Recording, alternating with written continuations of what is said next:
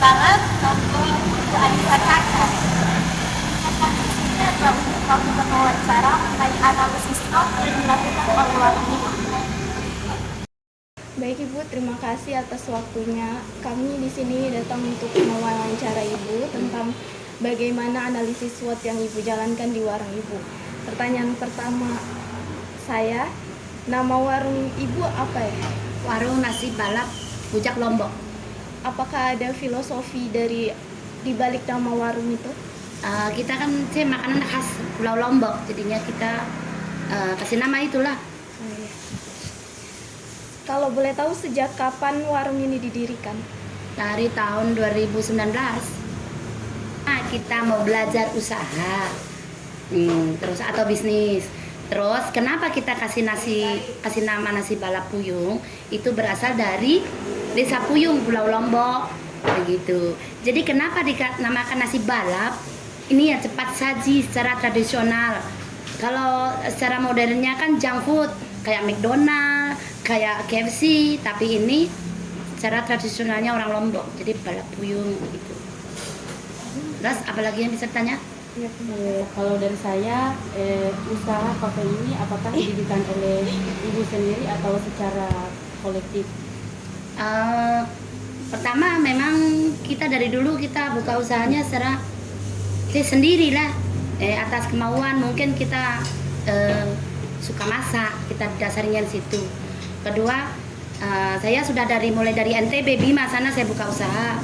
Jadi saya karena ada panggilan kakak yang sudah berdiri di Pulau Palu, di kota Palu ini dari dulu, dari 2014. Jadi saya kesini saya buka sendiri juga begitu. Jadi dia cabang 3, saya buka cabang juga 3. Tuh. Jadi, terus untuk membangun usaha seperti ini modal awalnya itu berkisar berapa? Tidak banyak, kita siapkan 100 juta boleh sudah. Itu modal Iya. awalannya. Awalannya. Jadi misalnya kita usaha itu kan belum tentu jalan. Jadi Iya. kita harus standby modal di situ untuk supaya kita menutupi apa yang kita belum Kita misalnya usaha di sana belum tentu jalan, saya sudah kalah berapa? Misalnya 30 juta. Saya pindah lagi tempat. Pernah saya buka di Puai Bungo tidak jalan.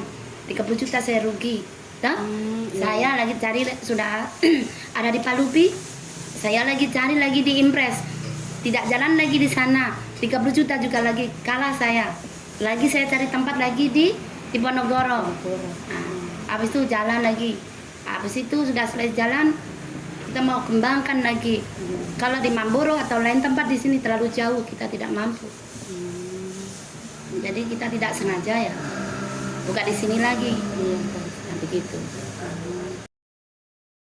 Menurut Ibu, bagaimana strategi awal yang paling tepat untuk membangun sebuah usaha? Strategi itu 1, modal harus ada. 2, kemauan, tekad, sama keuletan tuh harus ada. Terus usaha dan doa itu juga tetap harus ada. Terus tempat juga mempengaruhi, kan? Mempengaruhi strategisnya tempat atau tidak, kualitas masakan. Jika tidak berkualitas dan berubah-ubah atau berubah rasa, pasti orang akan tidak mau beli. Iya, benar. Walaupun kita buka 5 atau 100 tempat, tetap tahu sana-sana tetap sama, tidak beli orang. Kualitas harus diprioritaskan, pelayanan kepada customer atau bagaimana, masakan juga itu mendukung semuanya. Oke, terus ingin membuat usaha seperti ini berawal dari mana? Apakah ada hal yang mempengaruhi Ibu untuk menjalankan bisnis ini? 1, kita mengembangkan kesukaan masak ya. 2, misalnya kita makan di sana di sini tidak enak, itu kita bagaimana ya kita supaya customer itu lebih senang, lebih puas begitu. Jadi kayak mengembangkan skill Pak. Jadi kalau orang Anda puas, kita pun senang, begitu istilah. Toh? Habis itu ya orang banyak bersyukur ya, kita juga dapat pahala. Ya 1 pahalanya kenyang juga. Toh? Begitu. Dengan usaha kita, dengan usaha kuliner, 1 kita bisa bersedekah walaupun hanya 1 rupiah pun istilah lebih gampang karena tidak terasa tiap hari berapa toh begitu. Untuk harga menunya ada di kisaran berapa Ibu? Dari dulu kita mulai dari harga 10.000 dan harga menu lain karena orang kan tidak semua sama kemampuan, ada 10, ada yang lebih, kita tidak memaksa dan di situ bisa memilih menu masakan saya mau ini, mau itu, tambah ini, otomatis dengan tambah uang begitu, toh? Iya. Begitu. Terus kalau Yang jelas murah meriah, rasa tidak kecewa. iya, benar.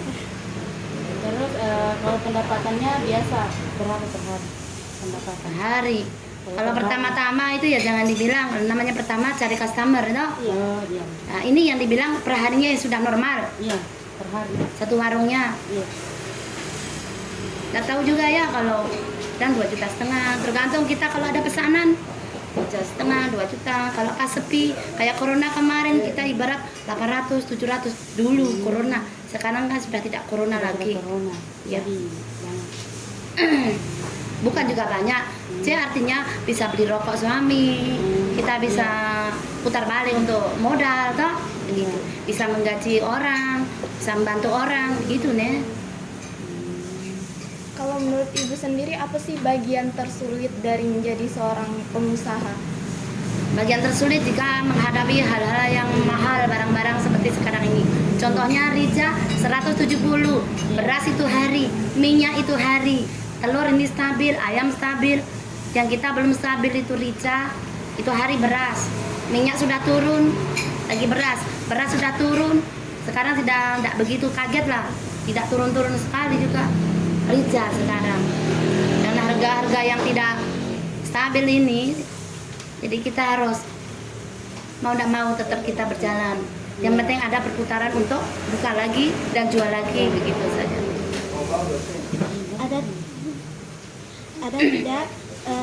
Ada tidak kiat-kiat khusus dari Ibu untuk anak muda sekarang yang ingin membangun bisnis juga? Apa? Ada apa? Kiat-kiat khusus Oh, kiat-kiat khusus untuk anak muda sekarang. untuk anak muda sekarang. Kayaknya ya apa ya?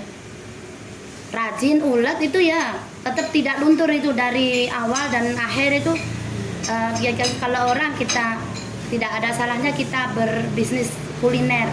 Bahkan artis-artis cantik pun orang anu pun kita sekarang ini berbisnis kuliner. Kiat-kiat khusus untuk anak-anak muda, jangan cepat putus asa dan jangan malu. Iya. Kita berjual apapun yang penting halal dan kualitas kita jaga dan juga tidak terlalu mahal gitu. Toh?